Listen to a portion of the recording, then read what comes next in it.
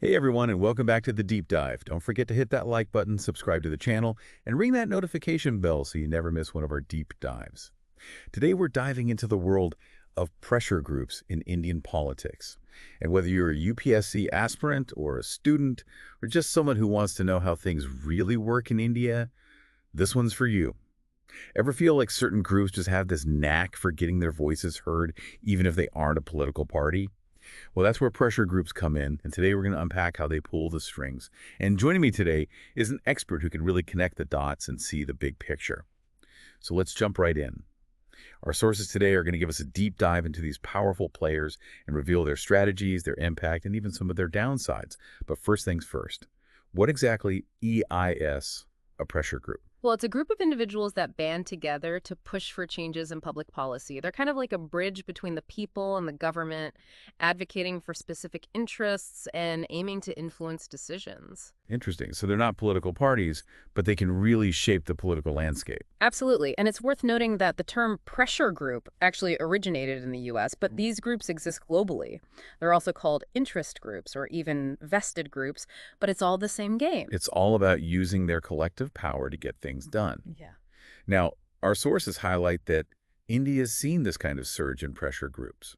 Why is that? Well, there are a few reasons. I mean, think about it. India is this massive democracy with a diverse population, a booming economy, and a constantly evolving political scene. That really creates this fertile ground for all these pressure groups to emerge and flourish. Our sources point to things like vote bank politics and globalization, even the shortcomings of our justice system as contributing to the rise of these groups. So it's like a perfect storm brewing, creating this need for groups to really step up and advocate for their own interests. And it's not just like one type of group, right? Exactly. Our sources really showcase this whole spectrum of pressure groups in India. We have giants like FICCI, which represents big businesses, student organizations like ABVP, and even international players like Amnesty International and Greenpeace are all trying to influence policies. Wow. It's fascinating how these global groups are also part of the mix. Shows you just how interconnected the world's becoming. Speaking of influence, though, our sources break down like the key tools these groups use. They call them electioneering, lobbying, and propagandizing. Yeah, and each tool plays a crucial role. Like electioneering involves strategically supporting candidates who align with the group's agenda. It's about having a voice in the corridors of power. So it's about playing the long game, getting their people in positions where they can actually make those changes. Precisely. Then there's lobbying, which is a bit more of a direct approach. It's really about persuading public officials to adopt policies that favor the group's interests.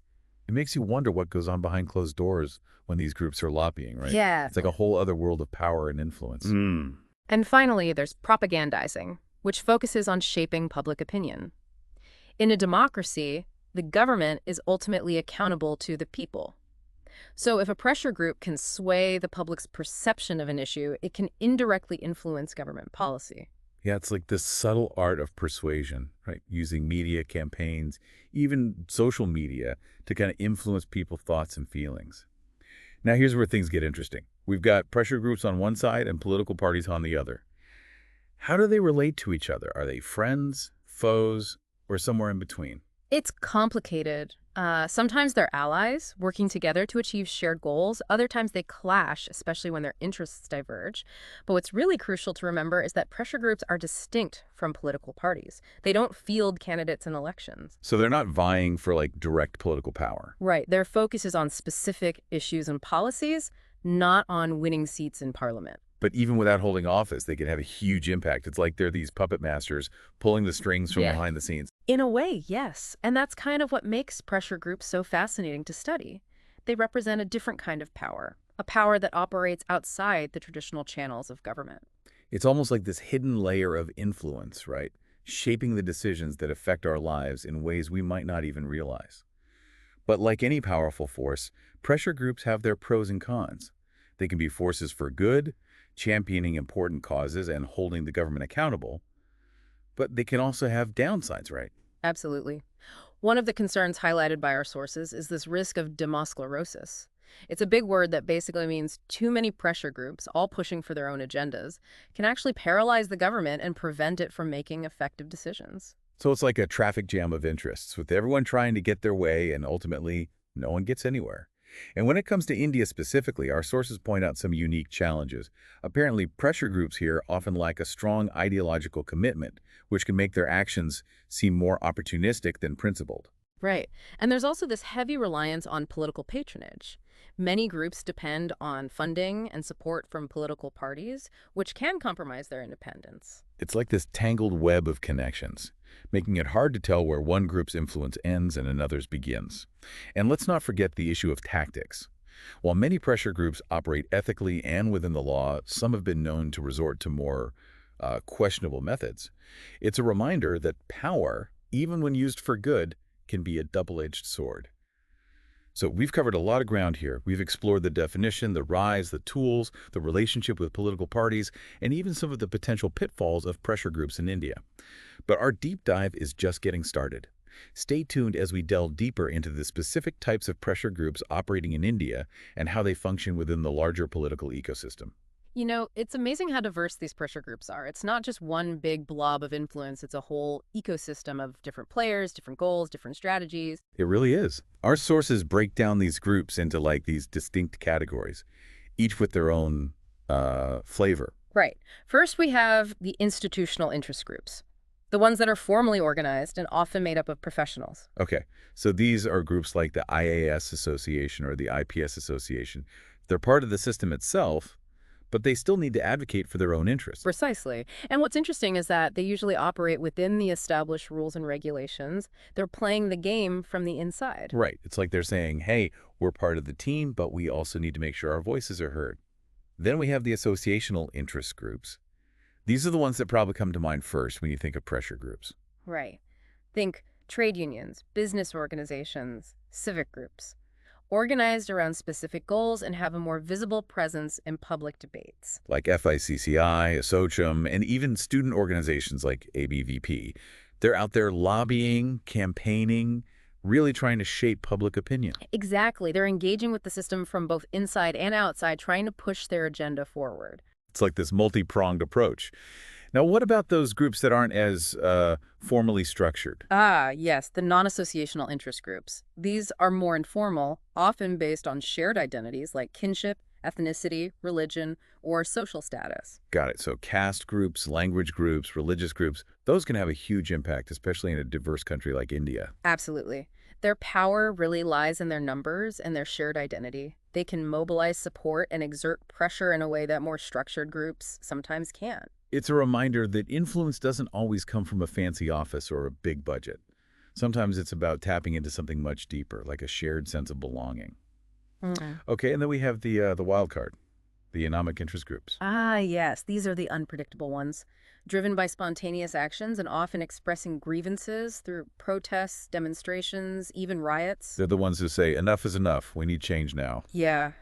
Their emergence is often a sign of deep frustration, a sense that the traditional channels for addressing concerns have failed.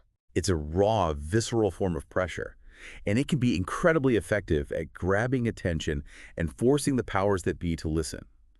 So we've got this whole spectrum of pressure groups in India, each with their own style and approach, but ultimately, what are they trying to achieve? What's their function in the grand scheme of Indian politics?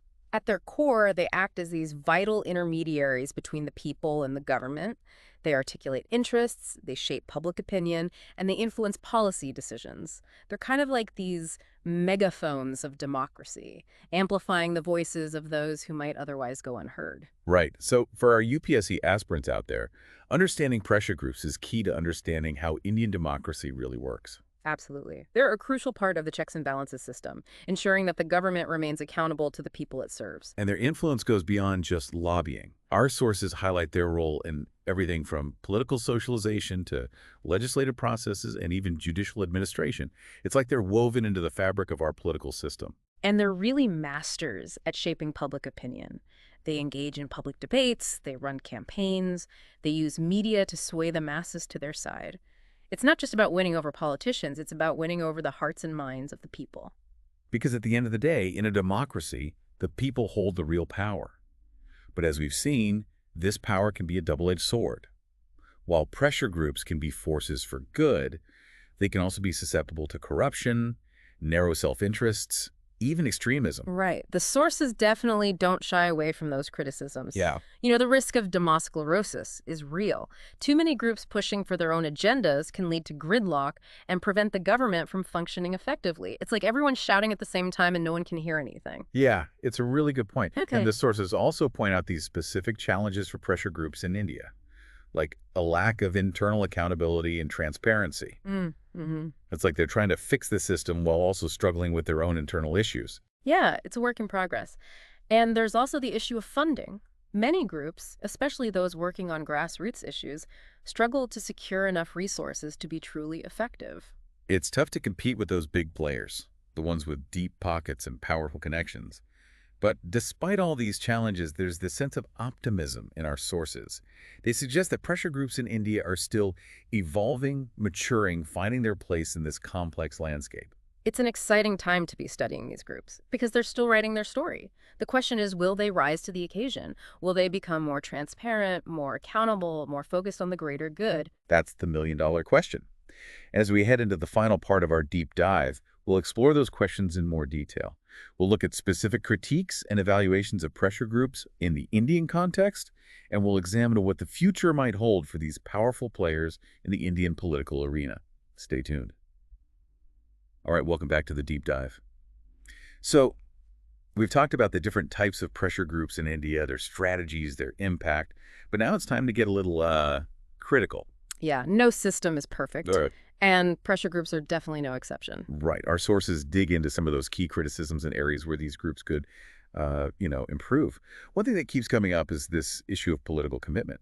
The sources suggest that some pressure groups in India lack like a strong ideological core. They kind of shift allegiances based on who's in power. Yeah, it's a pragmatic approach for sure, but it does raise questions about their true motivations. Are they really driven by genuine conviction or just political expediency? That's a really good question. Hmm. And it ties into another criticism, this dependence on political patronage. A lot of these groups rely so heavily on funding and support from political parties, which obviously can compromise their independence. Yeah, it can make them vulnerable to manipulation. Right, exactly. It's like this tricky situation. On one hand, you need resources to be effective, but on the other hand, becoming too reliant on political parties can turn you into a pawn in their game. Definitely a delicate balancing act. And then there's the whole issue of tactics. While a lot of groups play by the rules, others have been known to use more aggressive or even unethical methods to get their way. Yeah. Our sources cite examples of groups resorting to disruptive tactics, even violence, to kind Yeah. of force the government's hand. This obviously raises serious ethical concerns, and it can really backfire, undermining their credibility and alienating potential supporters. That's a good point. Even when you're fighting for a good cause, the means matter. The ends don't justify unethical or harmful actions. Another criticism that comes up is this lack of internal structure and accountability. A lot of groups struggle with internal divisions, lack of transparency, a clear decision-making process. It can make it really hard to hold them accountable. Yeah, it can definitely hinder their effectiveness. It's like they're trying to change the system while struggling with their own internal systems. A little ironic. Yeah, a little bit. And then, of course, we can't ignore the elephant in the room, right? Money. So many pressure groups, especially the ones working at that grassroots level, face these significant financial constraints, and it limits their reach and impact. Definitely. Our sources really highlight those challenges of securing funding, especially for groups that aren't aligned with those powerful interests. It's a real David and Goliath Yeah. situation, where those smaller groups are often struggling to compete for resources and attention. Yeah, it raises this question of fairness. Are the voices of those with less money being drowned out by those with deeper pockets? It's a valid concern for sure. It's something that needs to be addressed if we want a truly representative democracy. Exactly, where all voices can be heard. So, yeah, there are definitely some areas for improvement. But it's important to remember that, despite these criticisms, pressure groups play a crucial role in any democracy. Oh, absolutely. They provide this channel for citizen participation. They hold the government accountable. They push for change on issues that people really care about. It's a messy process, but it's a vital part of a healthy and vibrant democracy. And our sources suggest that pressure groups in India are still evolving, learning, maturing. Finding their footing, experimenting with different strategies, figuring out how to navigate this complex landscape. It's really like watching a democracy in action. With all of its imperfections and potential, the future of pressure groups in India is still being written, right? The challenge now is really for these groups to address their weaknesses, build on their strengths, and become even more effective advocates for the causes that they champion. It's a call to action, not just for pressure groups, but for all of us. For all of us who care about the future of Indian democracy, we need to engage in these conversations, hold these groups accountable, push for a system that is more transparent, more representative, and more responsive to the needs of the people. Well, that brings our deep dive into the world of pressure groups and Indian politics to a close. I hope you've all learned something and gained a deeper understanding of these powerful players and their role in shaping the Indian political landscape. It's definitely a complex and fascinating topic, and one that deserves our continued attention as we strive to build a more just and equitable society for all. Couldn't agree more. And if you enjoyed this deep dive, don't forget to like, subscribe, and hit that notification bell so you never miss one of our future explorations. Until next time, stay curious.